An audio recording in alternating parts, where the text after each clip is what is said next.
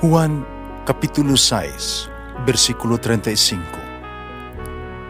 Si Jesus miingon kanila, "Ako mao ang pan nga naghatag sa kinabuhi.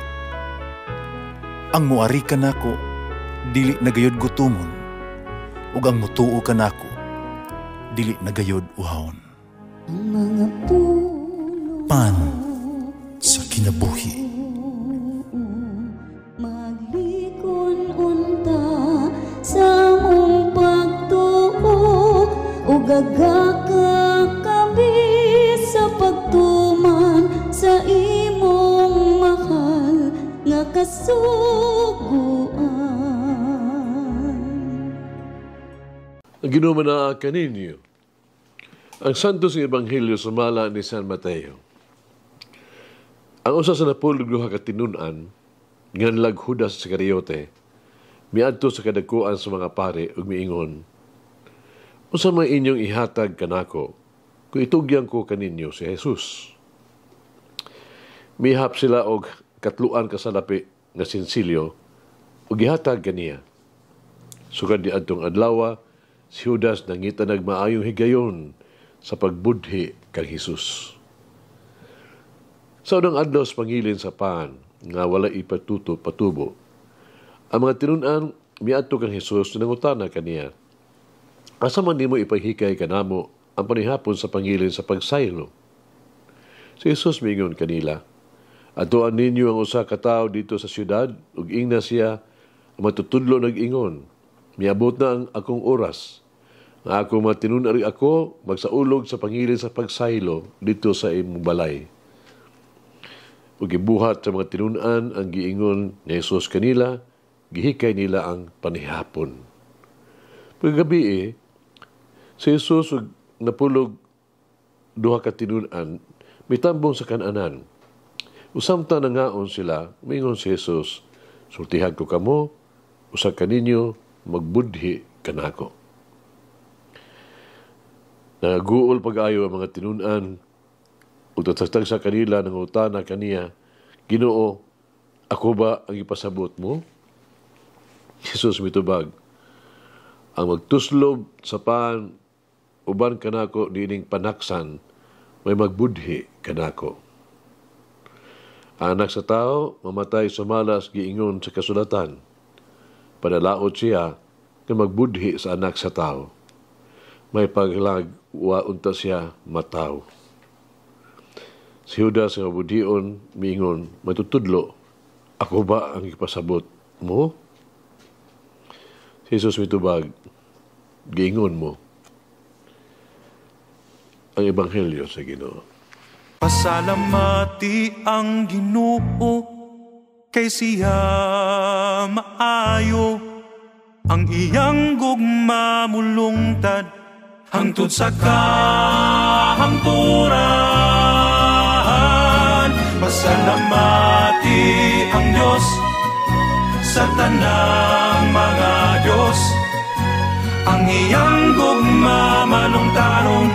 Pasalamati ang Ginoo sa mga Ginoo, ang iyang gugma malungtaron.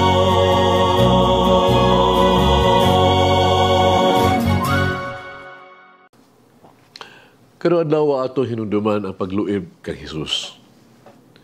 Pinagahigayon sa atong kinabuhi nga kita nakatagamtam og pagbudhi. Tingali ang usa ka higala na himong bakakon o mabudhion. Ato ang kaugalingong amahan kaha tingalin bibiya kanato, no? Budhion. Usa ka tawo nga atong giisip nga ato ang leader tingali ipahimulol sa ato ang pagsalig. Ang kinabuhi ingon og usa og dili kompleto, no? Kung wala ang ingon nga mga kasinatian sa pagluib, kita one way or another experience yun nga na. Si Judas nagbudhi kang Jesus sa katluan ka pirasong plata. Ingon ba ni ana ang bilis sa paghigalaay? Ug si Jesus nahibalo sa tanan. Mahitungod ni ini. Puang pa niya ang akong takdang panahon, haduol na, siya miingon. Misulay ba siya sa paglikay ni ini, pag-ikyas? Si Propeta Isaías, naghatag usa ka tubag. Wala ako musukol o mutalikod gikan kaniya. Kipataya ako ang likod na itong nagbunal kanako. Ipasagdan ko sila na magbugal-bugal kanako. Di silang ipagibot lang akong bungot o giludan gani nila ang akong naong. Gipasayon pagani ni Jesus ang katumanan sa pagbudhi ni Judas. Piyesta kadtos tinapay nga walay libadura o nangandam sila sa pagkaon sa Paskwa. Dining partikular nga pagsaulog sa pista, si Jesus mihukom sa pagkaon sa Paskwa sa siyudad sa Jerusalem. Diin nga tungad na hitabo ang pagbudhi. Amen. Sultihan ko kamo, usa kaninyo magbudhi kanako umingon si Jesus. Sa pagkitinuod, dili ako, Rabay, nangutana si Judas. Nasayod si Jesus nga siya mao, pero wala niya pugni si Judas sa iyang plano. Nasayod siya nga haduol na ang tanan, ang takna, o ang tinubdan siyang kaisog. Sa makausapa si Isaías ng hatag alaing tubag.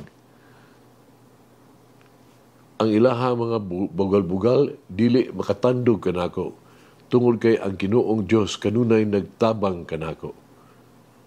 Ligunon ko niya kanunay, ug dili ako maulawan, tungod kay ang Ginoo, nagauban man kanako, ug siya matuod nga ako inosente. Tiliwala sa makalisdanan sa kinabuhi, may suon kinahanglan. Magpabilin kita nga ligon. Pabilin kita gyud sa pagtuo sa hustisya sa Dios. Walay rason ng wad-an o paglaom kung ang Diyos uban ka nato. Maghampo kita.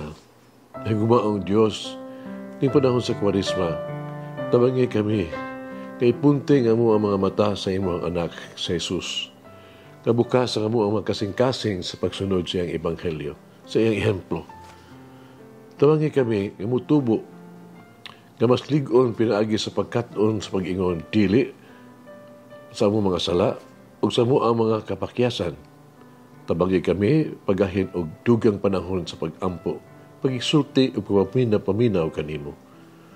Tabangi kami, nga makita ang mga pinahanglan sa uban, di paambit kung unsa ang anaa kanamo sa mga kabus, gigutom, walay puluyanan.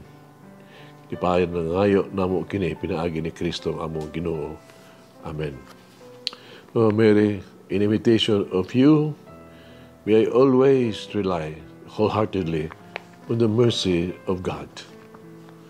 Mulangin ang Diyos mga gahom sa tanan, Amahan, Anak, Espiritu Santo. Amen.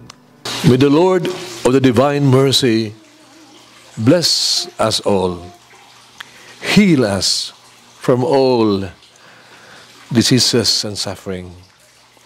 Ayun unta niya kita, tanang mga sakit na sa lawas, o sa kalag, body and soul. In the name of the Father, the Son, and of the Holy Spirit.